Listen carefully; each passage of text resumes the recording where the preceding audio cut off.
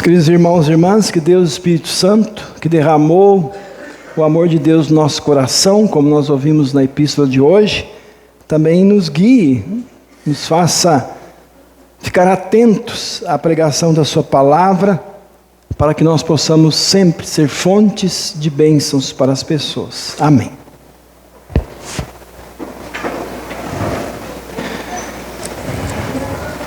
Os irmãos e irmãs, ultimamente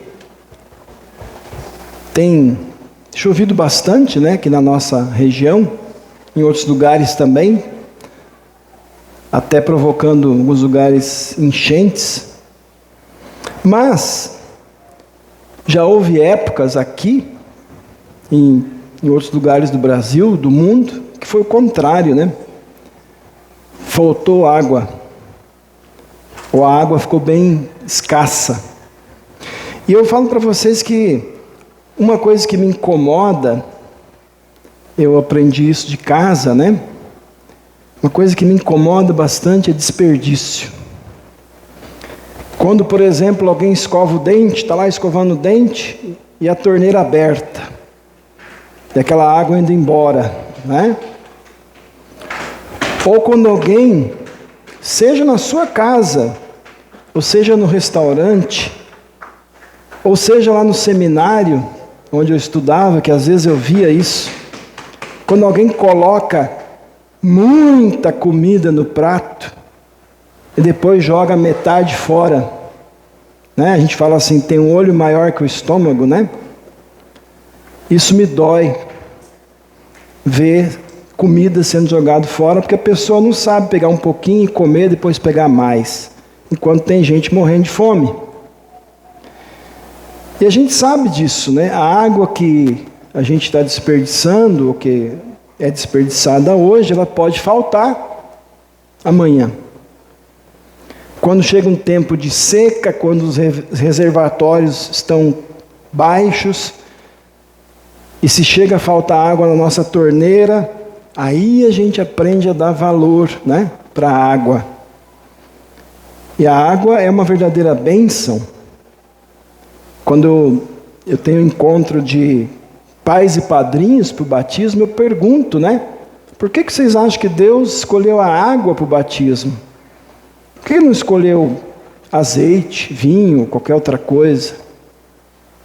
E a gente sabe a resposta, Porque a água é vida.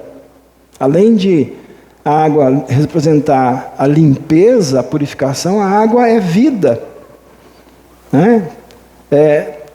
Tudo precisa de água. Plantas, animais, a gente. E que bom, Quando a gente pode matar a sede com uma água fresca. Às vezes não precisa nem ser gelada, Mas você está com aquela sede, uma água fresca, como faz bem, Não sei o que vocês acham, mas na minha opinião, melhor do que Coca-Cola, qualquer outra coisa gelada, uma água bem fresquinha, é bom demais. E aí a gente entra na história de hoje. No Evangelho de João, a gente também encontra alguém com sede. Alguém que talvez alguns iam achar, não, mas esse aí não deveria ter sede, porque ele é Deus. Mas Jesus não era só Deus, ele era um ser humano como a gente. E cansado da sua viagem, com sede, ele para ali num poço, ao meio-dia, provavelmente muito calor. E então chega uma mulher. E aí ele diz para essa mulher, me dá um pouco de água. E aí eu quero fazer aqui um parênteses, A leitura que nós ouvimos do Antigo Testamento. O povo de Deus lá no deserto teve sede, começou a reclamar com Moisés, e parece que tinham esquecido que Deus nunca tinha deixado faltar nem água, nem comida para eles no deserto. E Deus, mesmo vendo aquele povo reclamar de novo, fez brotar a água de uma rocha, um milagre. Até Paulo, em outro lugar, diz que aquela rocha representava Cristo. Então a gente vê a graça de Deus lá, naquele episódio da água da rocha. E aqui agora, nesse encontro de Jesus com a mulher, a gente vê a graça de Deus. Deus está oferecendo, diante da fraqueza humana, a sua bênção. A sede de Jesus se transforma ali numa oportunidade de salvação para aquela mulher e depois para outras pessoas também. E eu quero falar um pouquinho dessa conversa, porque ela tem umas coisas muito surpreendentes. Primeiro, era muito diferente lá do que é hoje. Hoje, especialmente aqui no Brasil, né? Se a gente encontra uma mulher na rua, pode ser até uma desconhecida, que a gente nunca viu. Nós não temos nenhum problema de falar com essa mulher. Nós homens, né? Perguntar uma informação, qualquer coisa. Isso não tem problema nenhum. Na época de Jesus, isso não era normal. Os homens não falavam com mulheres na rua, só falavam com a mulher deles. Então aí já foi uma coisa diferente que Jesus fez, falar com uma mulher em público. Agora, o negócio fica mais surpreendente ainda porque ela era samaritana. Ela era de um povo, os samaritanos, e ela mesma diz, o senhor é judeu e está conversando comigo, eu sou samaritana. Por quê? Porque o povo de Jesus não se dava com os samaritanos. Consideravam eles impuros. Tá? E mais uma coisa, né, que vamos dizer assim, complica ainda mais a situação. Essa mulher, ela já tinha tido 5 maridos. E agora ela estava com um homem que não era o seu marido. A Bíblia não diz se ela foi uma adúltera, né, que traiu os maridos, ou se os maridos expulsaram ela de casa. Porque, infelizmente, na época de Jesus, os maridos tinham o direito de mandar a mulher embora por qualquer motivo. Deixou o pão queimar demais no forno, o marido se incomodou, não quero mais você. Pode ser que foi isso. Não necessariamente ela era, né, uma adúltera. Pode ser que os maridos foram muito ruins com ela. Mas ela não tinha uma boa fama, porque ela vir sozinha no poço, num horário que não tinha ninguém, isso mostrava que ela tinha vergonha. Senão ela ia vir de manhã com as outras mulheres, como era o costume. Então veja só, Jesus estava falando com uma mulher que era de um povo que o povo dele não gostava, e ela ainda não tinha uma fama muito boa, né?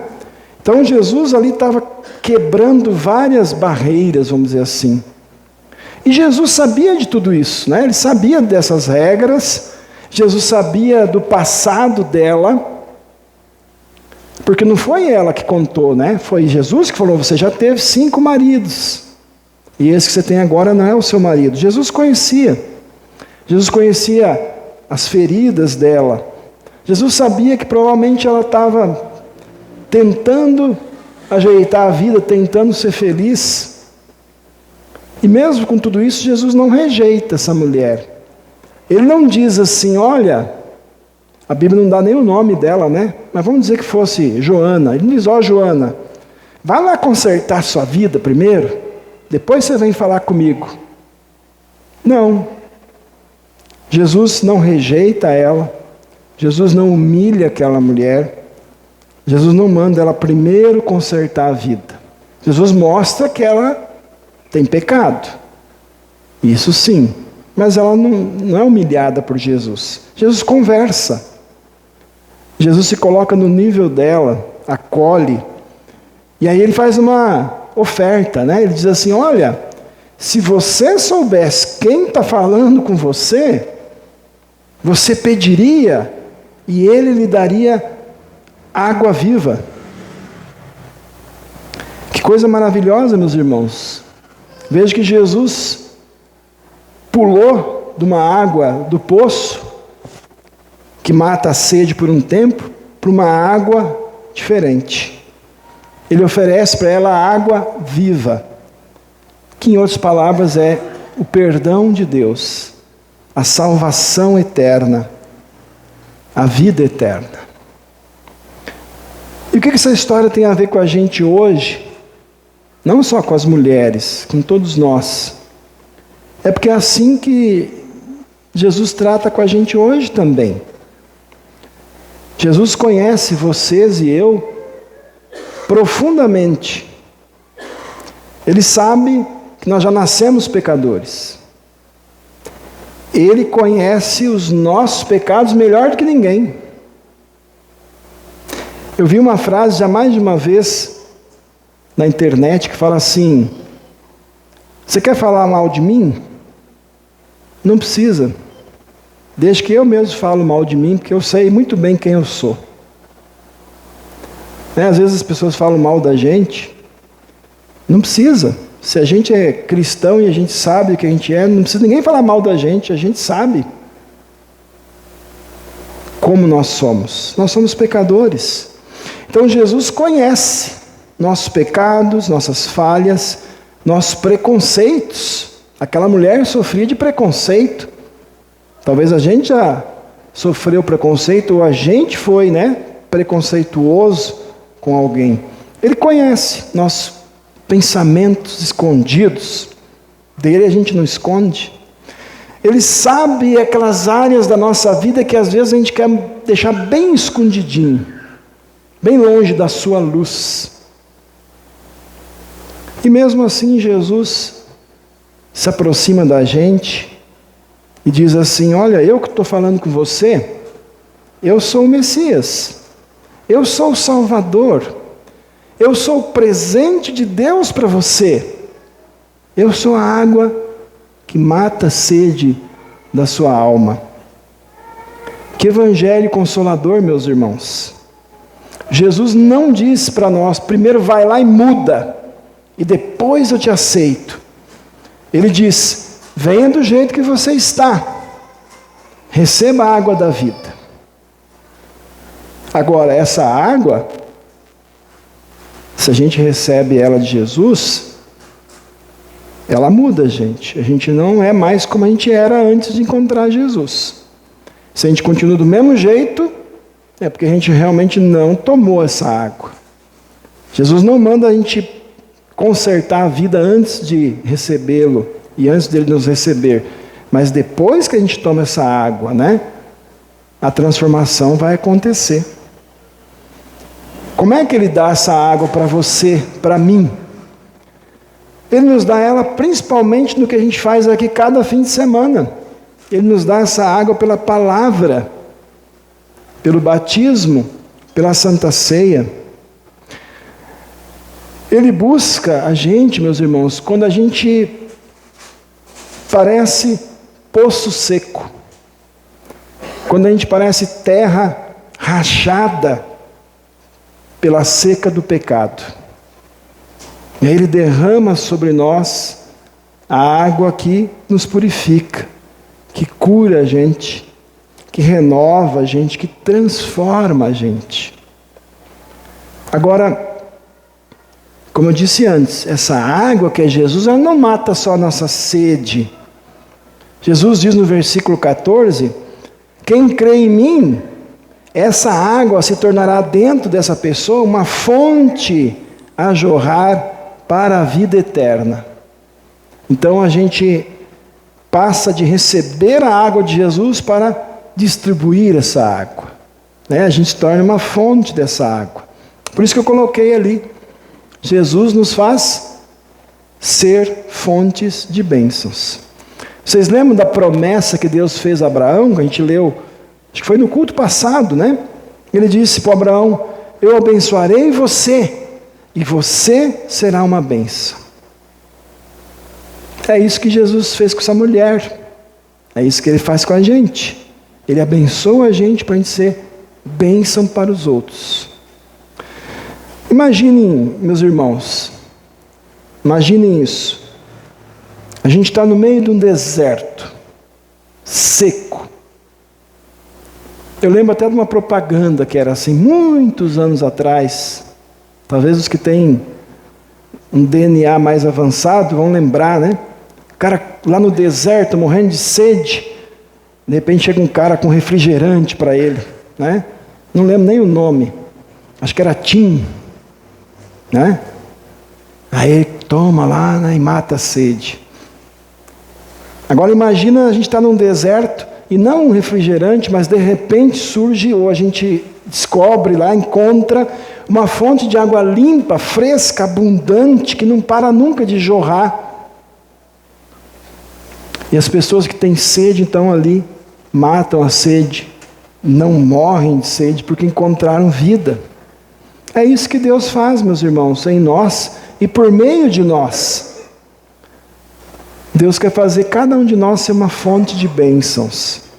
Agora, talvez, né?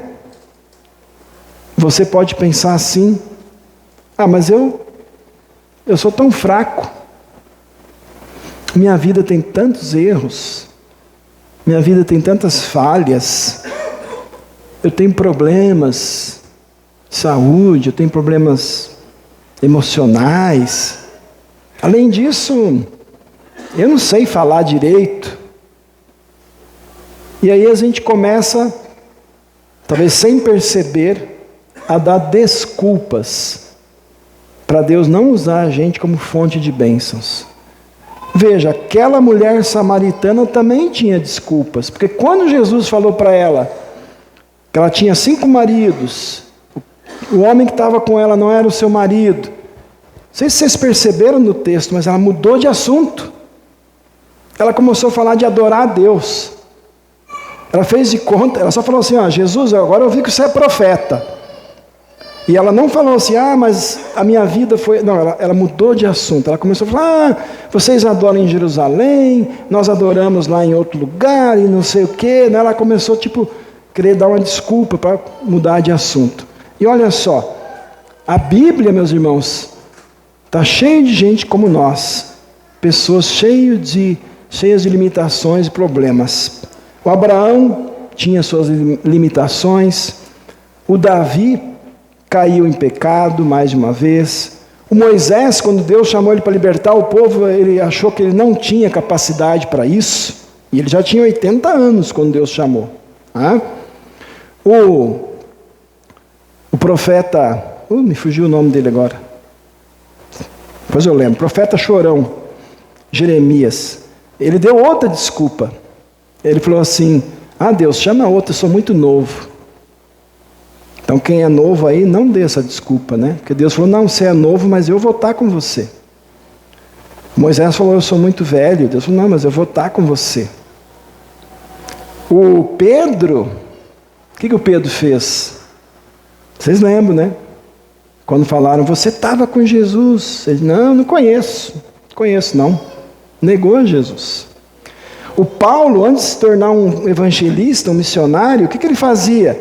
Ele prendia cristãos, ele perseguia a igreja de Cristo. Agora olha só, mesmo assim, Deus usou cada uma dessas pessoas, com as suas limitações, com os seus defeitos, com suas desculpas. Tem um que eu não falei aqui, né? O Amós. O Amós ele fazia o que muitos de vocês fazem, muitos dos nossos irmãos fazem. Era agricultor, criava bois e plantava lá sicômoros, né? Não sei bem que planta é essa. Provavelmente é uma pessoa que não tinha assim, muito estudo e tal, e Deus falou: vem aqui, você vai ser meu profeta. E durante um tempo, o Amós foi a voz de Deus para o povo. Então, vejam, Deus usa cada um. Hoje nós vamos ter, né, a instalação da diretoria. Essas pessoas, Deus vai usar elas, mas não precisa ninguém ser de diretoria para Deus usar. Vejam, depois que aquela mulher reconheceu que Jesus era o Salvador, que ela estava esperando o Messias, ela, né, deixou ali o seu balde, né, seu cântaro, voltou correndo lá para a cidade e falou de Jesus para os seus amigos. E depois, se vocês continuam lendo o texto, vocês vão ver lá que muitos creram em Jesus por causa do que ela falou. Então vejam, uma mulher que era desprezada, provavelmente, né, muitos não gostavam dela, se tornou um instrumento de salvação para muita gente. Então, meus irmãos, nós nascemos como poços secos. A gente nasce como terra seca, que precisa muito da chuva. A gente nasce com a alma sedenta. Mas pelo batismo, Jesus vem a nós. Com aquela água e o Espírito Santo, a gente recebe a água da vida. Pela fé a gente bebe dessa água. E aí agora, onde Deus colocar você, onde Deus me colocar, a gente cantou isso no hino antes, né? Quero ser fonte de bênçãos, onde Deus me colocar. Ali onde Deus colocar você, na sua casa, no seu trabalho, na sua vizinhança, na sua escola, onde for, ali Jesus quer fazer você ser uma fonte de bênçãos. E aqui eu quero deixar uma coisa clara. Quando a gente fala de ser fonte de bênçãos, não é, em primeiro lugar, ajudar as pessoas materialmente. Isso faz parte também. Mas vocês viram que o que Jesus fez com ela, não foi dar coisas materiais para ela. Jesus deu para ela a água viva que dá perdão, vida e salvação, que muda o rumo da vida. Essa é a principal bênção que a gente pode dar para alguém. Então, meus irmãos, não vamos guardar essa água só para nós. E não vamos desperdiçar também. Às vezes, né,